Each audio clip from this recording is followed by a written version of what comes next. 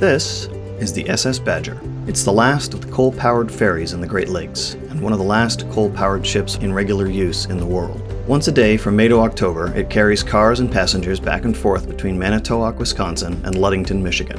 Built in 1952, the Badger is 410 feet long, over 100 feet tall, and has a beam of nearly 60 feet. The two passenger decks can hold over 600 people. Cars and trucks and campers fit below, and interestingly, you can't drive your vehicle on yourself. My guess this is because, unlike most modern ferries, the Badger only has one loading door.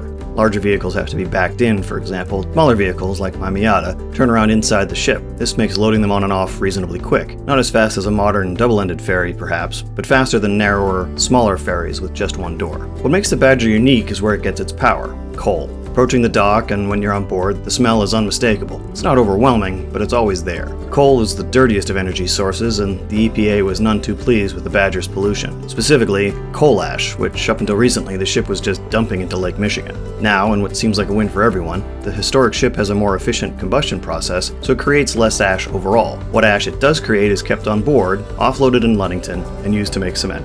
It still belches out smoke, of course, but considering it would take all the cars and trucks on board over 6 hours to round Lake Michigan, some pollution was always going to be in the cards. As it stands, the Badger makes the 62-mile crossing in about 4 hours, moving at a respectable clip of 18 miles per hour. Two 4-cylinder steam engines, 3,500 horsepower each, drive two 4-bladed steel propellers nearly 14 feet in diameter.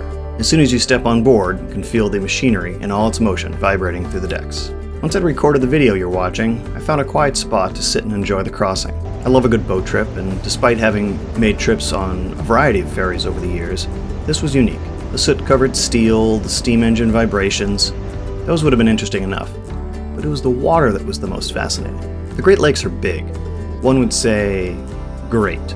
Once Manitowoc disappeared over the horizon, there was nothing but water in every direction. Perfectly still water. There are basically no waves. It looks like you're on a lake, but you can't see land, so it's like the ocean.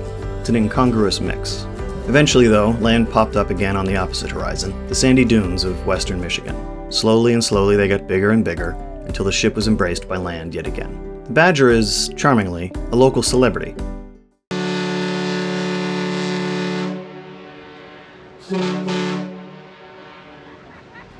A beloved landmark in both Manitowoc and Ludington. Crowds gather to see the ship arrive and depart. They cheer when it blows its massive horns. Can't help but wave back as kids and adults wave at the ship. Are they waving at someone they know, or just at this big noisy ship they've known since childhood? I love unique pieces of local history, especially of the mechanical variety, and the Badger is that and more. Sure, it's just a ferry, but not only does it have its own 60-year history, it ties back even further to steam and coal ships from early in the last century. Maybe it's just me, but I was able to picture what it would have been like, these sights and smells, 100 years ago. Not just crossing this lake, but similar ships all over the world. The Star ferries endlessly crossing Victoria Harbor, steamships chugging their way up and down the Thames. This is an anachronistic way of travel, motion out of time. Not a better one, to be sure. It's loud, noisy, and smelly. Modern ferries, often catamarans powered by massive marine diesels, can reach speeds over twice that of the Badger, with far less vibration and rumble. But there's something to be said about a more leisurely adventure. After all, if I didn't enjoy the journey as much as the destination, I would have flown to New Hampshire weeks ago.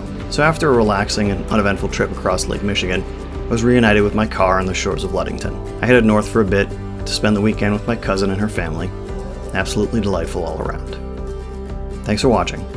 See you next time.